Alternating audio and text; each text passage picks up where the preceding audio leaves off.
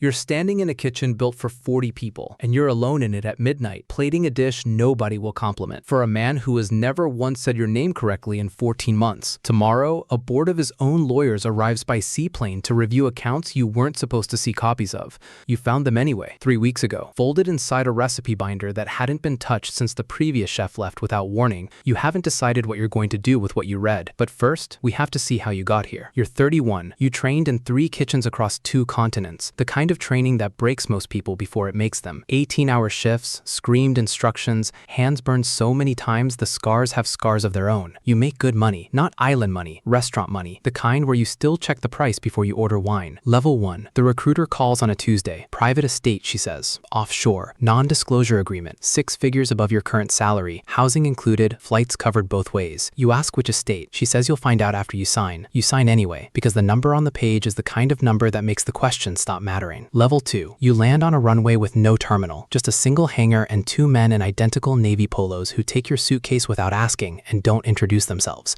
The drive to the house takes 11 minutes through palm trees planted in rows too straight to be natural. Nobody speaks the entire ride. You notice that. You file it under nerves. Your own, not theirs. Level 3. The kitchen is larger than your last apartment. Stainless steel, 6 burners, a walk-in that could hold a small restaurant's weekly order. The head of staff, a woman named Renata who's worked here 11 years, shows you around in 4 minutes flat and ends the tour with 1 sentence. You'll learn the rules faster if you don't ask why they exist. You laugh, thinking it's a joke. She doesn't laugh back. You stop laughing. Level 4. Your first week you learn the schedule. Breakfast at 6, plated exactly, nothing touching on the plate ever. Lunch is whatever the day requires, sometimes for 2 people, sometimes for 30 who arrive by boat without warning and leave by morning. Dinner is the only meal he eats alone, every single night, at a table built for 12. Level 5. You learn the second rule without anyone stating it directly. Nothing leaves the island in writing. Grocery orders are called in, never emailed. Staff schedules are posted on a whiteboard that gets wiped clean every Sunday. You ask Felix why nothing's digital. He says paper disappears easier than a server does. You don't ask what's supposed to disappear. You're learning the rhythm of this place is built entirely from things nobody finishes saying out loud. Level 6. You ask Renata why dinner is always solitary. She tells you he doesn't trust anyone enough to eat with them twice in the same week. Not business partners, not family, not the people who've worked for him for over a decade.